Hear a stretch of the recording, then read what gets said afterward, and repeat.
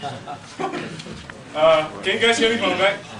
Yeah, so basically, welcome to the user-generated sessions. This user-generated section, right, is very much about getting users to come up with topics, sharing it, and I believe you guys have seen what it's all about, so I should not elaborate too much on it.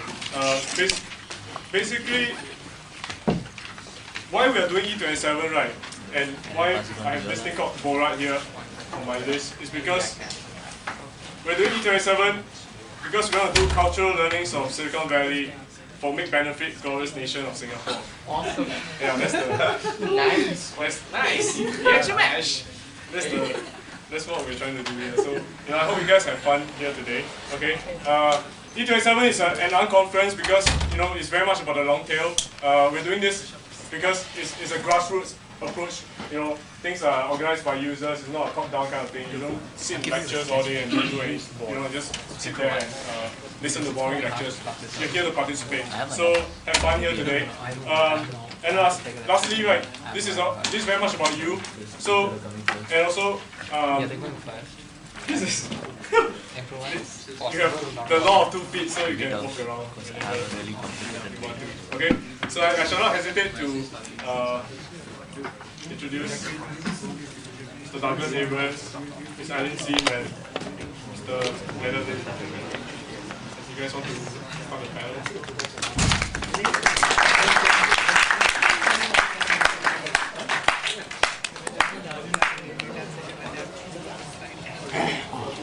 One for each eye. This food is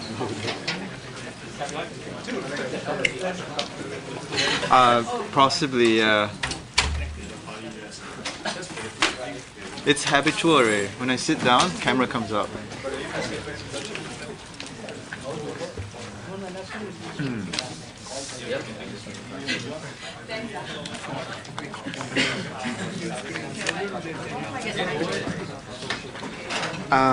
Yeah, but I think you have to get some sort of guest access.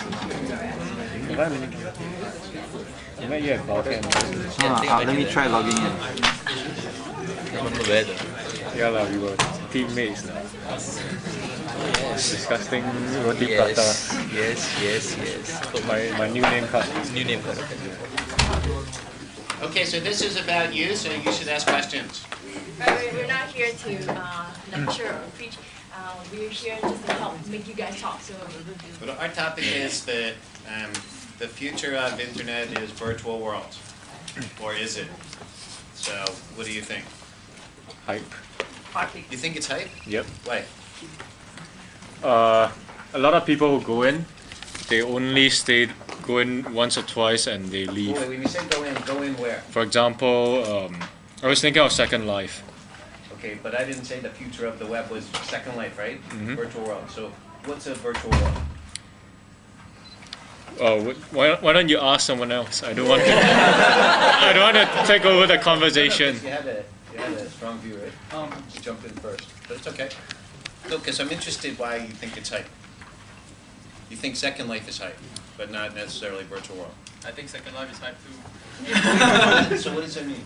I think basically when it comes to like all this, the big mergers and acquisitions have been happening. You have MySpace and YouTube.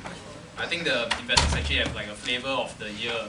So like in 2005, the flavor of the year was social networking, and then in 2006 it was online video. No. In 2005, the flavor of the month was Web 2.0. Yeah. That was the 2005 flavor of the month. So maybe 2007, 2008, we might see the flavor of the year being virtual worlds. The thing is... But I think we need to take a step back first, because what is virtual worlds? Because we're jumping right into, is it hype, without even talking about what it is. So does anyone have a definition of virtual world? The way I see it, it's a place where you can have a character, interact with other people, and have experiences with other people. That's the most important thing. You interact with other people in some kind of setting, which uses a computer. I'll tell you what I think it is, and then I'll tell you why I don't think it's hype and why I think it's the future of the internet. I think the first generation of the internet was one-dimensional. Now it's the next generation, two-dimensional. Virtual worlds are three-dimensional. So when I talk about virtual world, I think of the future of the internet being three-dimensional, fully immersive, shared consensual environment that everybody in the world interacts in, both for entertainment, communication, and commerce. So that's my vision of virtual world. So that's why I say I'm surprised to hear that people think it's hype, because I think it's probably the most exciting development since the interconnection of telephone lines that created internet. Sorry. I'd like to disagree to an extent, because Please disagree. so you said that the first generation was 1D and the second generation was Well, 2D, and that's why the third generation should be 3D? Is that No, right? no, that's not why. I just said that's the progression that I think is happening. Now, of course, one-dimensional doesn't mean anything, right? Because there's no such thing as one dimension. But what I mean is, the way I would flesh that out is to say the first dimension web was print. Right? The first thing that happened, the first thing the internet allowed people to do was to share print information around the world. Then the second generation of the internet allows people to share print, graphics, video, and other so-called rich multimedia, but still in a flat two-dimensional environment. I think the next generation of the internet is going to allow people to interact in three-dimensional space. So not just Second Life, but say something like a Google Earth, right? I see that the whole direction of internet headed that way. Why? Not because of just a progression from 1, 2, 3 dimensions, but because of the richness of information that's able to be communicated in 3 dimensions versus print or visual or just video. Oh, I just wanted to sort of disagree with Coleman. I thought internet was always supposed to be 3D. It's just that we did not have technology. Right. So we were like, if you look at science fiction from the 1930s or 40s, they always talk about the whatever Isaac Asimov wrote about was a 3D world. And it's just that we did not have those things. We took a compromise and went to like 2D world. We didn't have the bandwidth. We didn't have the graphics processing power in the computers on the workstations. We didn't have the technological environment, the infrastructure to support it, and it's starting to become available. Okay, question. Is a three-dimensional representation always the best way to represent all kinds of information? Or is text sometimes superior? Oh, yeah. I think it may not necessarily always be the best way to represent information, but having having the capability to do three-dimensional also obviously allows you to do text. But if you want to have the capability to use text, then obviously you can't do three-dimensional, right? So I'm not saying that everything, every type of information and all information in the future will be represented in this medium. Just saying, well, right now we have a lot more capability to do this. Okay, next question. I don't think print is going to go away. I'm not saying, I mean, print didn't go away up until now, right? Because print is still a very efficient and concise way to communicate a lot of information in a structured form. But we, in our real three-dimensional world, we also use print. In our virtual world, we'll also use print. I see this virtual world as a parallel development to the so-called real world that we live in here. In terms of navigation, do you think three-dimensional is always superior to, let's say, the current World Wide Web, where it's two-dimensional? Navigation means... As in exploring, finding information? I think I'll jump in here maybe and say that I think three-dimensional interfaces are sometimes, if used as a user interface metaphor, can be a lot more intuitive depending on what you want to do and the audience that you're trying to communicate with. There's a certain segment of the population that still fear computers, and even Windows is, well, I shouldn't say even Windows, but Windows is hard. And maybe you could give them a different metaphor to interact with the machine. And like a 3D... Maybe. Yeah. Like you see the Nintendo Wii, people are so... I think the problem is that we have limitation with the peripheral right now. Like peripherals are not the best to use 3D. Like if you had something like the Wiimote, it's like very easy to... And even for a beginner user, it will be so easy to go and navigate. But I agree this is another key limiting factor is the interface, right? The interface and the experience. It's still trying to recreate a three-dimensional experience in a two-dimensional interface and trying to recreate three-dimensional, navigating through three-dimensional space using a two-dimensional representation. So it's often not exactly what it could be. But this also presents a lot of opportunities for new companies to come in and something that can potentially help people easily navigate through three-dimensional virtual spaces, right? So wait, let me get this straight. So you're saying your definition of virtual worlds is basically restricted to three-dimensional spaces for interaction? Is that because the way I see it, even social networks and things like Twitter, which let you like update what what you are, where you are doing, what you're up to every minute. Even those things are becoming like a second part of you, another life. So all of those things seem to be part of virtual worlds to me too. So yeah, interfaces seem to be like something way down the road to me, because as he said, there are people who can't even figure out the normal Windows interface that they have. So I don't know, 3D interfaces that are intuitive, that you can navigate through, seem a little far away from me, for mass usage like the web. But far away, like, means what? I don't know. Yeah, eventually it might happen that, instead of a browser, I'll step into an environment and, walk to a grocery store, pick up stuff. But I mean, 2 million people are doing it in Second Life right now. I know it's not 2 million all the time. It's a few 100,000, right? But there are hundreds of thousands of people, and doing it today. Even my parents are in Second Life now. I'm serious. No, they're really into it. And so maybe that's what he was talking about when he said hype. Second Life apparently, increases the numbers. Those aren't the real numbers or something like that. That's okay. All the numbers are hype. Everything. Everybody hypes their numbers. But the fact that it's hype also doesn't mean that it will go away or that it will not be the future, right? So. But do you think there'll be a transition? Do you think there'll be a step before that, before everybody starts walking into a virtual world? It's before the browser, between the browser and a virtual world. Do you think there's going to be an intermediate step, and what do you think it'll be? Like an alternate technology, or? Yeah, meaning maybe I'm not thinking the way you are or something. I don't know what. The thing is, to me, the way I see it, the internet and the web is the biggest application on the internet, and the browser represents the interface to that for me. So where do you go from there to a virtual world? The interface. Yeah. It plugs into the browser. There was this VRML stuff. Okay. Even before that, like I don't know if you remember, anyone here has used Commodore 64. Whoa. Way back then, we had a thing called, I think it was called Habitat or Habitats, something like that. And it was like a 2D virtual world where people used to go in. And I think at some point, some people became so obsessive that they had to like actually switch off the thing, and they used to run it over some PBS. So I think is the way we look at virtual world, is it like actually 3D, or it's your avatar being there and being interacting with other people?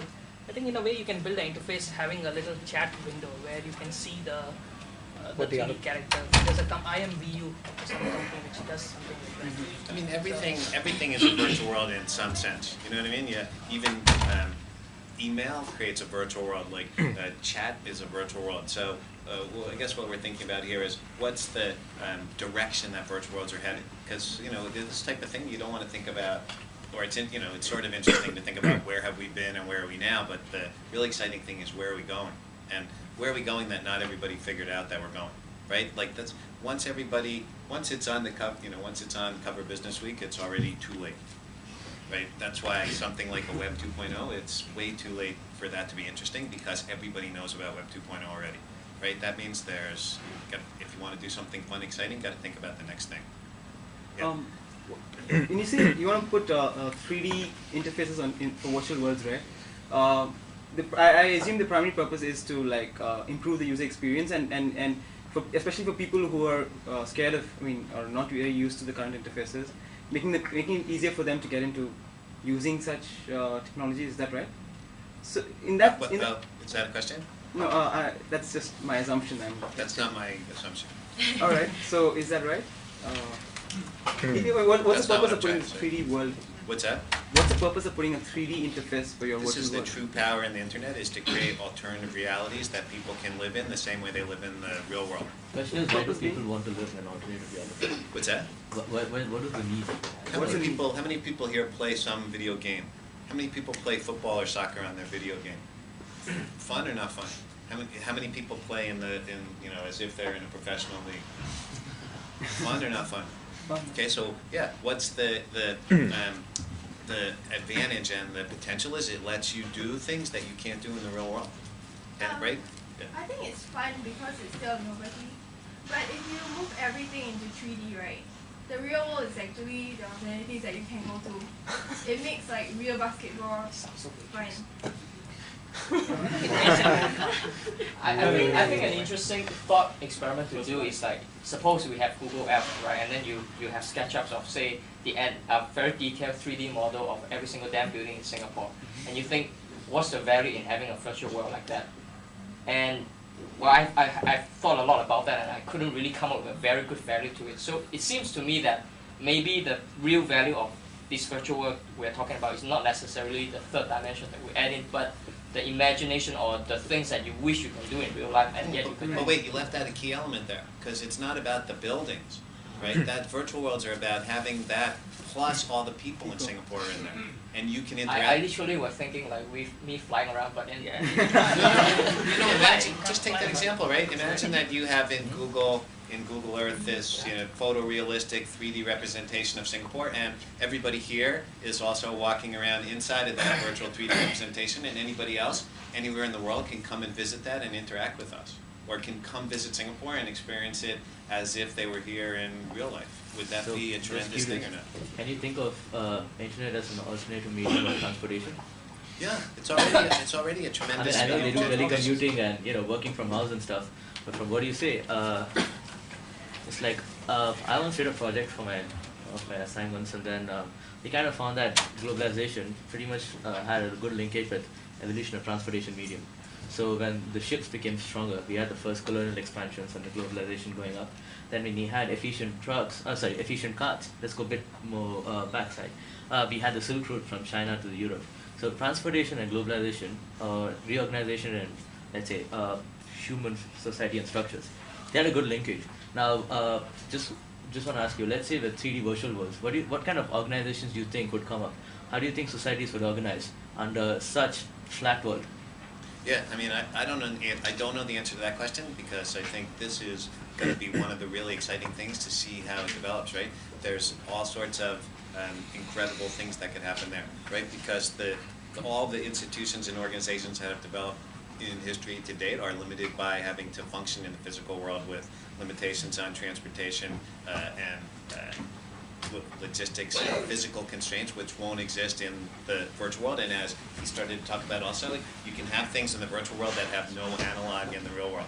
So, how that'll affect political, economic, social interactions, organizations, and the like is probably something you're going to have to think about more than me, right? Because it's going to be tremendous shifts in a lot of those areas. I mean, I'd like to be optimistic. Imagine, okay, let's look at it this way. One thing I always think about with this is, if you're in a virtual world, you can have software that, say, instantaneously translates one language into another language, right? So you can imagine in the virtual world that everybody in the world could talk to everybody else in this world in their native language and understand each other perfectly. Now, how much better would that make human relations? How much of human relations and political problems are caused by the fact that people can't talk to each other and understand each other? Well, but that's totally independent from the third dimension that you're constantly talking about. Okay. I mean, this translation thing could be done. Well, I'll tell you why I think it's not. I'll give you an example from my life. I have my parents live in the U.S. and my girlfriend lives in another country, in Thailand, right? So we talk to each other on previously using chat, using the telephone, whatever, stay in touch that way. Then I got video, right? So now I do video conferencing with all my family that's scattered in different parts of the world, and our interaction feels very different. If we were 3D, representations of ourselves, we would feel so much closer to each other than we do using type in and translate, right? So I don't think it's trivial that the visual representation of the people that you're interacting with. I think it does make a big difference in how you feel about it, how you experience it. But if you compare to 3D and real life, which one would you prefer? Maybe we are already. Are you using? This using television. Okay, like people. I don't think it's a choice between 3D and real world though. It's a. Do we prefer both? Right? Why have to choose? We're not saying that virtual communication, 3D virtual Yeah, I want communication to will say actually something. replace the live interaction. We're saying that in cases where real-life interaction cannot take place somehow because of geographical reasons, because of economic reasons, 3D virtual representations of ourselves actually make a pretty good substitute. In fact, is a very much more improved over the current chat text. So just curious, when you say 3D, are you talking of 3D representations of real world or just a virtual 3D environment, which has no similarities to real world, like what happens in Star Wars or something? That kind of stuff. This is the other tremendous power in this new type of virtual world, right? So you're not limited to representation of physical world. You can now start creating new worlds that have no analog in this world. So do you think you can actually attain a stage where the amount of information in real world can actually be mapped virtually? Yes. People are already working on like neuron and fiber optic connection. But that's not, I mean like, nothing, It'll just happen example in 5 there, years. just look at that speaker. Yeah. Now a 3D representation will still have some quality lacking in it. Let's say a leaf. This is also a 3D representation, right? Okay. You know what I mean? Like, in a way, this is a 3D representation just at a very high level of veracity. Right? This is not actually a solid object, right? This is actually made up of much more space than it is made up of solid parts. But you perceive it as actual reality because of the way your brain processes visual information.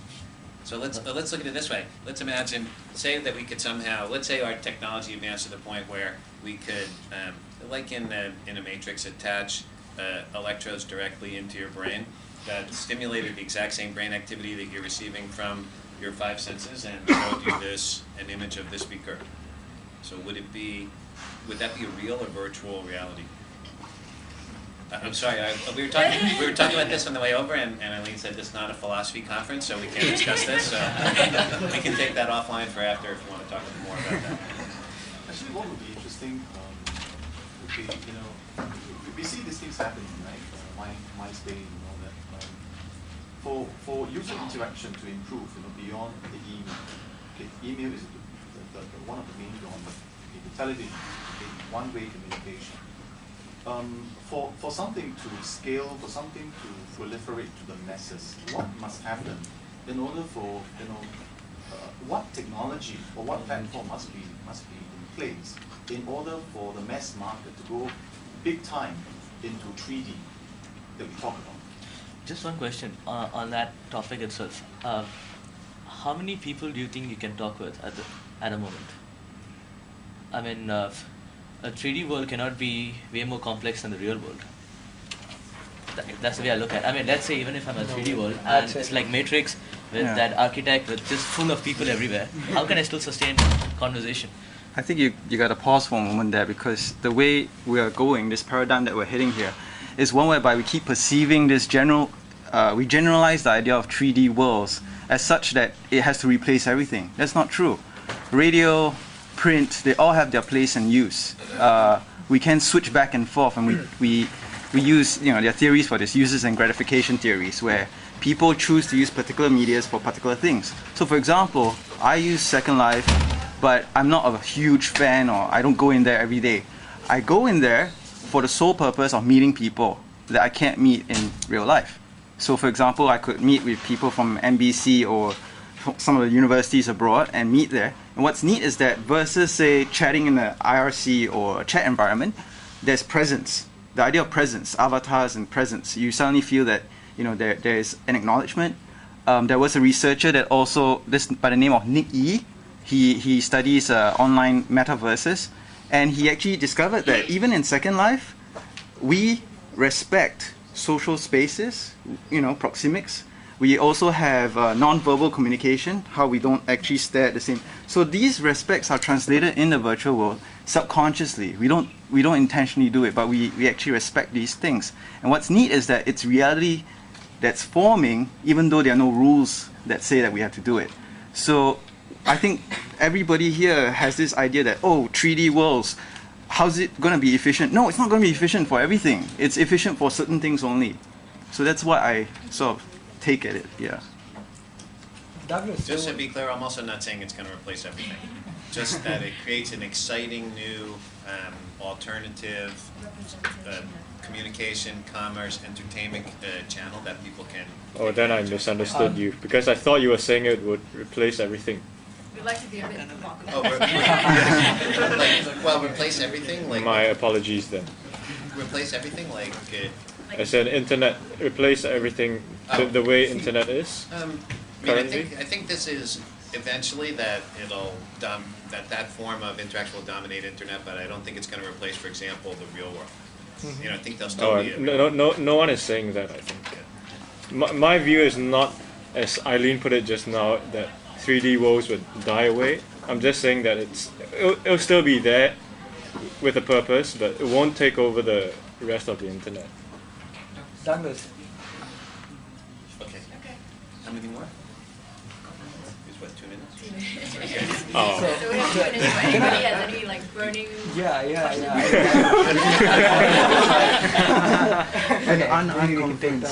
The thing is, Douglas, all of this is Business Week stuff because Second Life is already there.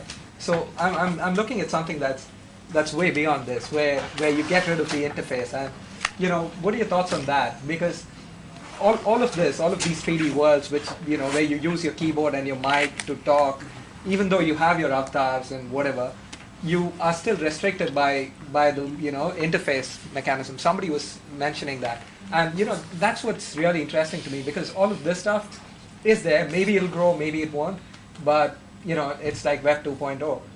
It's been there, and it's had its day in the sun. So what do you think? I agree with you 100%. I think the ultimate interface is going to be direct communication into your brain. Okay. Yeah. I'm serious. Wires that connect and send the signal directly into your brain, bypassing your physical senses, because this will allow the fully immersive experience. This is when you'll really get into a true virtual reality or a true virtual world.